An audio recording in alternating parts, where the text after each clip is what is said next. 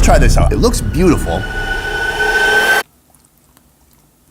Welcome to the second channel. Twice the fun, half the effort. Today, we're talking about vegan food. Just kidding. Vegan food's cool. Vegan food gets a bad rep because vegan people, some of them can be a little extreme. But to be honest, meat eaters can be pretty loud and obnoxious too. I mean, how many times have you seen someone post a picture of a salad and they're like, eating vegan today, and then all the comments are like, I ate a freaking cow and it died. I shot a deer. Meat eaters, you know we do that too. So today I'm extending a vegan olive branch to my vegan friends. Today I'm going to try tasting several vegan foods and tell you, are they great or are they gross? So without further ado, let's bring on the vegan food. First up, a bold concoction of vegan chicken and vegan sausage. There's balls and there's rods. Made from soybean protein and wheat in a homemade tomato sauce. Chicken ball. That's pretty good. That has like a layered meaty texture to it. They have gotten real close to a meat texture on this one. That's juicy. Wow. That was a ball. What about the rod? What about the sausage?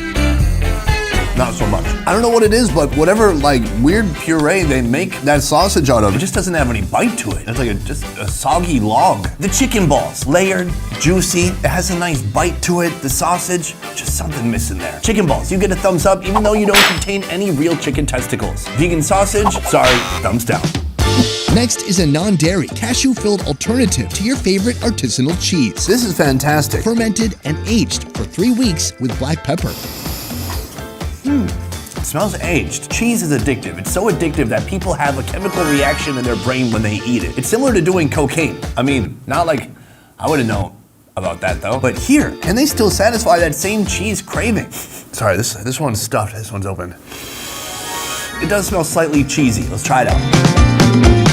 It's creamy, peppery. There's a hint of sourness to it too. Pretty well done. It's very rich. I haven't tried that many vegan foods, and when I have, it's mainly just been to make fun of them. But this, it's pretty satisfying. It's similar to like a brie. This is something you could put on crackers, you could put it on a bagel. Good stuff.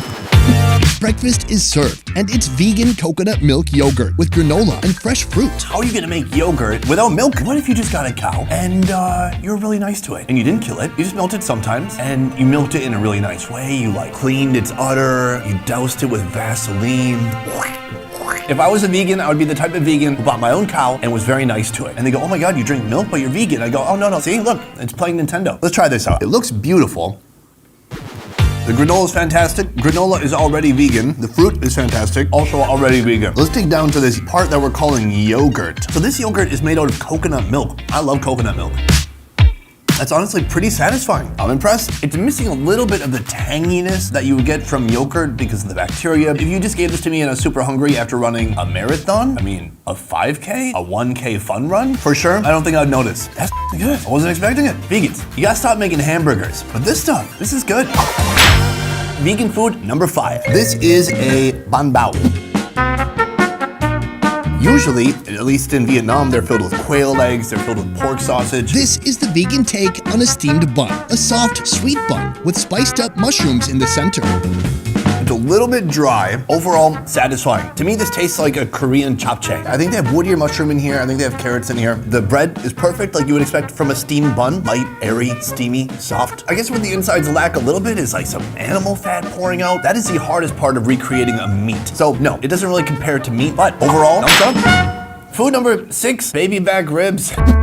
Soybean protein is added again. It looks terrible. This time flavored with Chinese 5-spice and disguised in the form of vegan ribs. I'm ready for a waterfall of disappointment to wash over me. It looks like a wet sponge that was used to clean up an old au jus pan. So let's try it out. Give it a little bit of a cut. It's really like a sponge. When I stick my fork into it, it's like...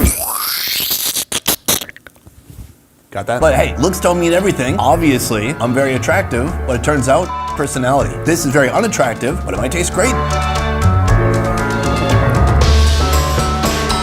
Nope, weird meat substitute texture. It's spongy. It's really soaked up all this sauce, and the sauce tastes like root beer. That's not that great. Listen, vegan friends, let's talk about the world of setting expectations. If you called it dank vegan sponge rectangle, that's a good rectangle. You called it baby back ribs. You're trying to battle against one of the best foods, and you bring this? Don't call it that. Just call it food slab. For a food slab, it still gets a thumbs down. I'm done with this one.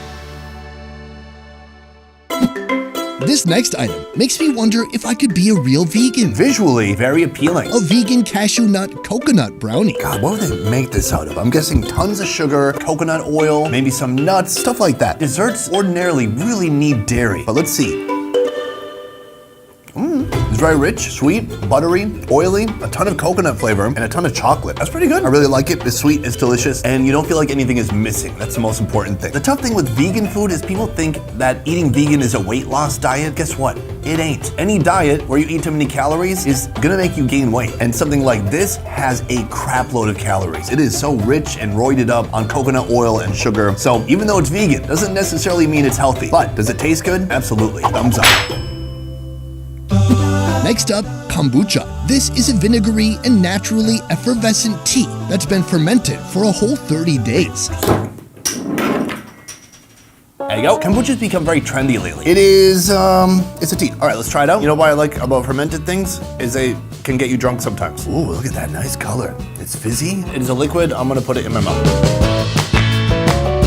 Some kind of weird sweetened drink that has bubbles in it. I like it, and it seems like it would go well with a lot of different types of food because it kind of cleanses the palate, but it doesn't really have a strong flavor. I know some of them get you drunk, and those ones are my favorite. Hey, I say, if you drink it and it gets you drunk, you get a thumbs up from me, even if you're vegan. Most alcohol is vegan. Jack Daniels, vegan. I'm basically a vegan. Here we have tofu skewered and slathered in a gourmet truffle sauce, accompanied by its closest vegetable friends, cherry tomatoes, eggplant, and okra. For a second I thought I couldn't smell, and then I thought I had corona, and then I was like, oh wait, no, I tasted those ribs. I've eaten a lot of tofu. In Asia, they know how to prepare tofu. But does this person? Let's find out.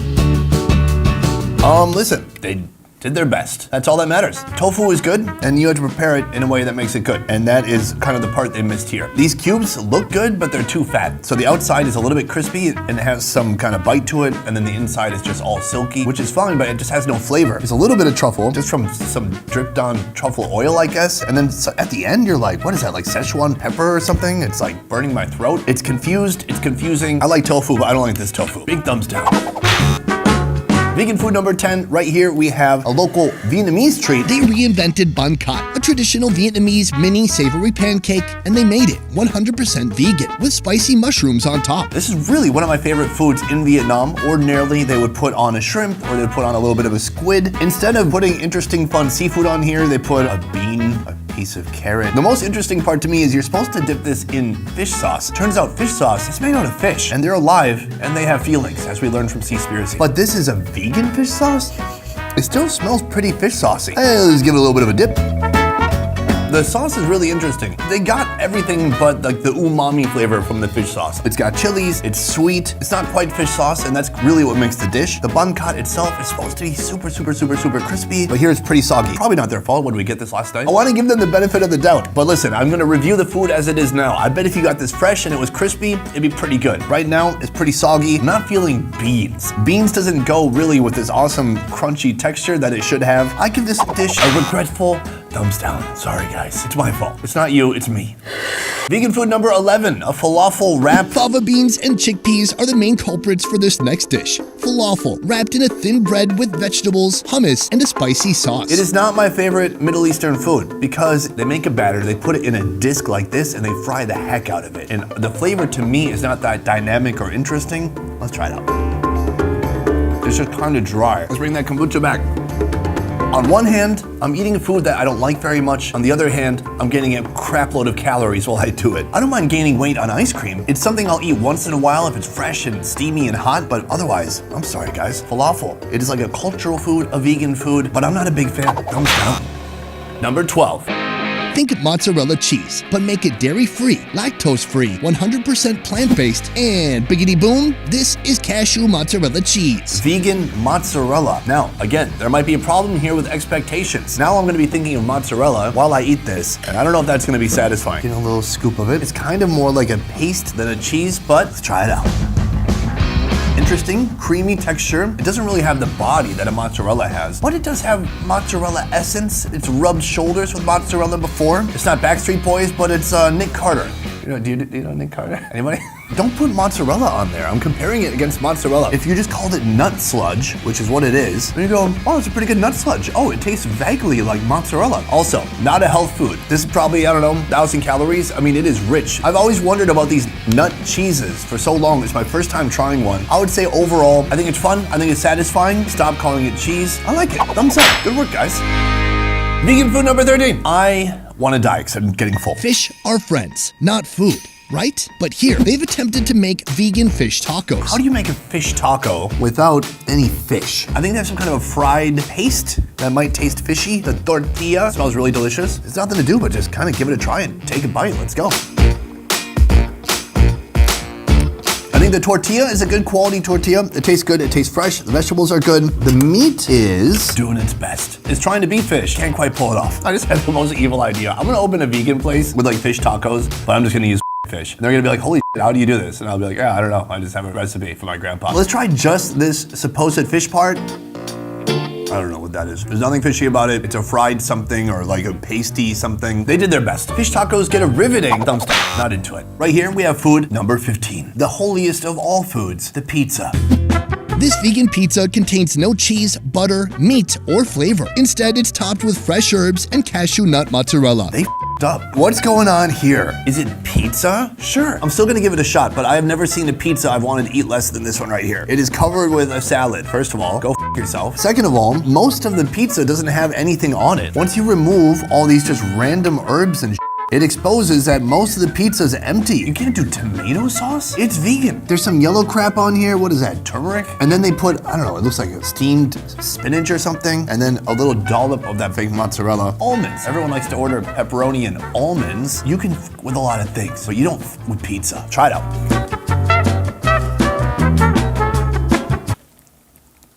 This pizza sucks. It's not a pizza. Look, listen, just because you have a pizza crust doesn't mean that you can just start putting garbage on there and calling it a pizza. This like nut butter stuff, it tastes like a bad cottage cheese. It's not even as good as that fake mozzarella I had. Too many vegetables, too weird of vegetables. This is like if somebody has never actually seen a pizza. They'd only seen Google images of a pizza and then they try to recreate it and they're blind. And they got in a bad car accident when they were a kid. It's not good, but how do you make a good vegan pizza? The no toppings thing is fine, but if you could figure out how to nail the cheese and the bread, that'd be pretty good. Here, they have not done that. I don't even give them you tried your best. Like the fish taco, I was like, you're going for something here. This is an Instagram picture and not something you should put in your body.